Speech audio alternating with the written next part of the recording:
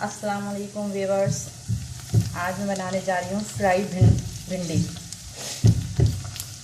ये एक पोटी प्याज मीडियम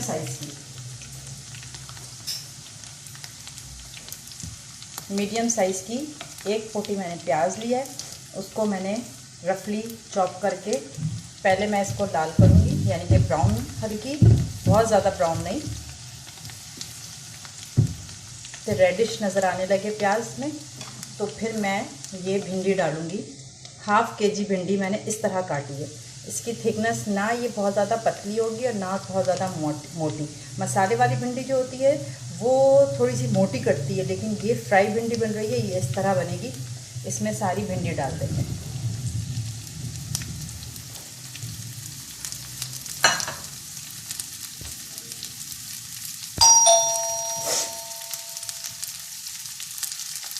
ये देखें, हाफ कप सरसों का तेल लिया, उसको जलाया पहले। उसके बाद उसमें एक मीडियम साइज़ की प्याज जो है वो रफली चॉप करके डाल दी। जब वो प्याज ब्राउन हो गई तो फिर मैंने इसमें आधा किलो भिंडी काट के, अच्छा ये मीडियम साइज़ कटी है, आप देखें इसकी थिकनेस, ये इसकी थिकनेस है, ये इतनी, ना ये बहुत मोटी कटेगी ना बहुत बारीक कटेगी।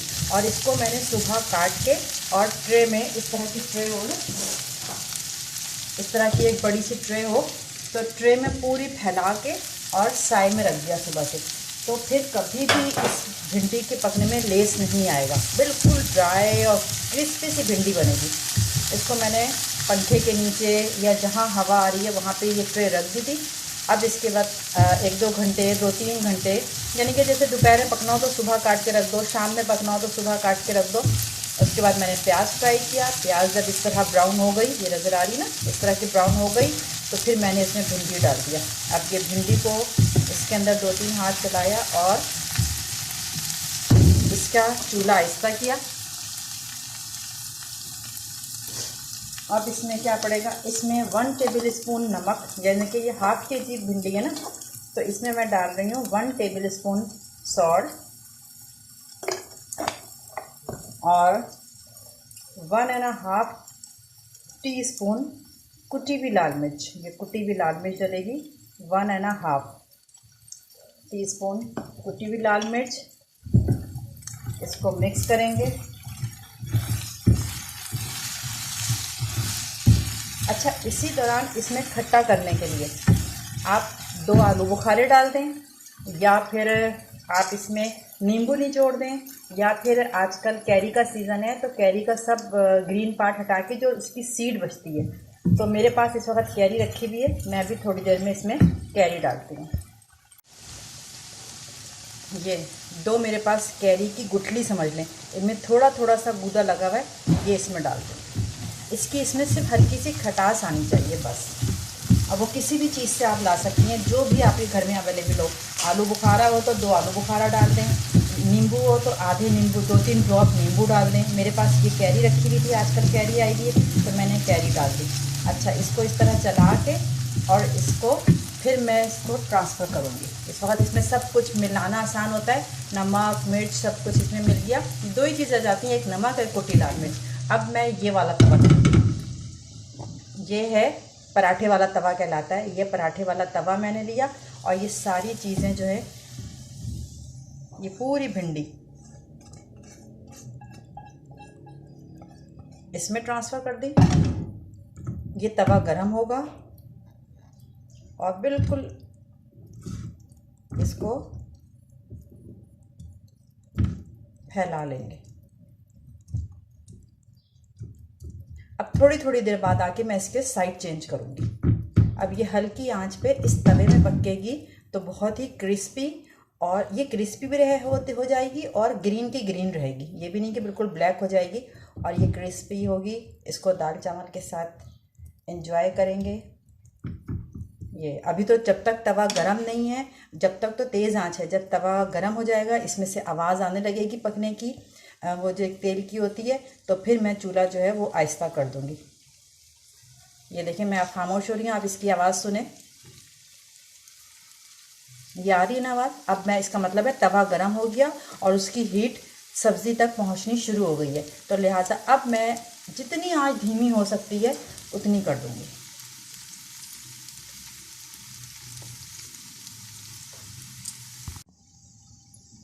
थोड़ी देर बाद 3-4 मिनट के बाद मैं इनकी साइड चेंज करूंगी। फिर जो बाहर के साइड थी उनको अंदर के साइड कर दूंगी, जो अंदर के साइड थी उसे बाहर के साइड कर दूंगी। अच्छा, ये भिंडी ऐसी होती है कि क्रिस्पी भी होती है और सख्त भी नहीं होती है, और इसके अंदर लेस बिल्कुल नहीं होता, सॉफ्ट होती है,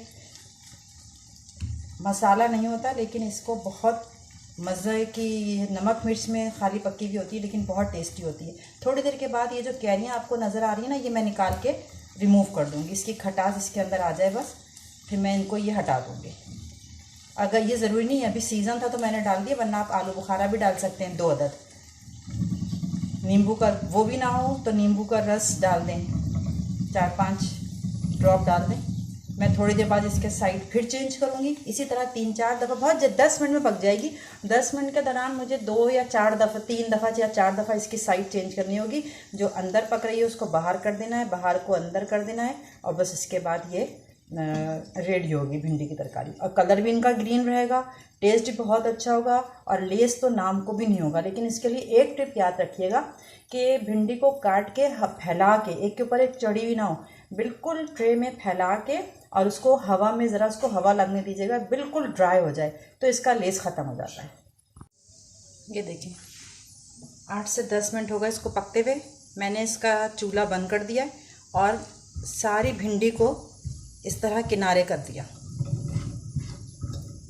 अभी इसका सारा ऑयल जो है ना, जो इसमें शामिल है भिंडी में, ये सब बह बह के यहाँ से सब बीच में जमा हो जाएगा।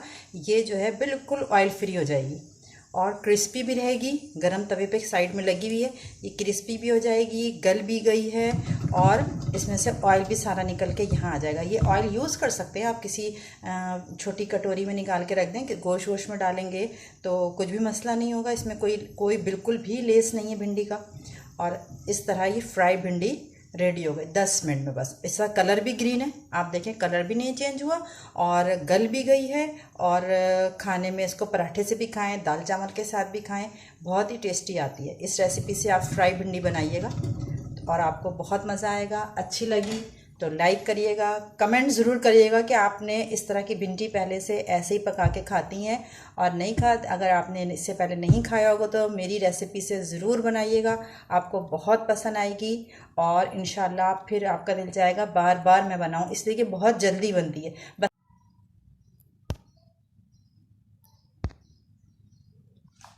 ये रेडी हो गई है क्रिस्पी फ्राई भिंडी, और इसमें ऑयल भी बहुत कम है और टेस्टी बहुत है। ये क्रिस्पी भी है और गली भी है, सॉफ्ट भी है, और लेस तो इसमें नाम को है ही नहीं। माशाल्लाह से बहुत अच्छी बनी है। इस रेसिपी से ट्राई करिएगा आप लोग और इन्जॉय करिएगा, और मेरे चैनल को सब्सक्राइब भी करिएगा। अल्लाह हाफिज़।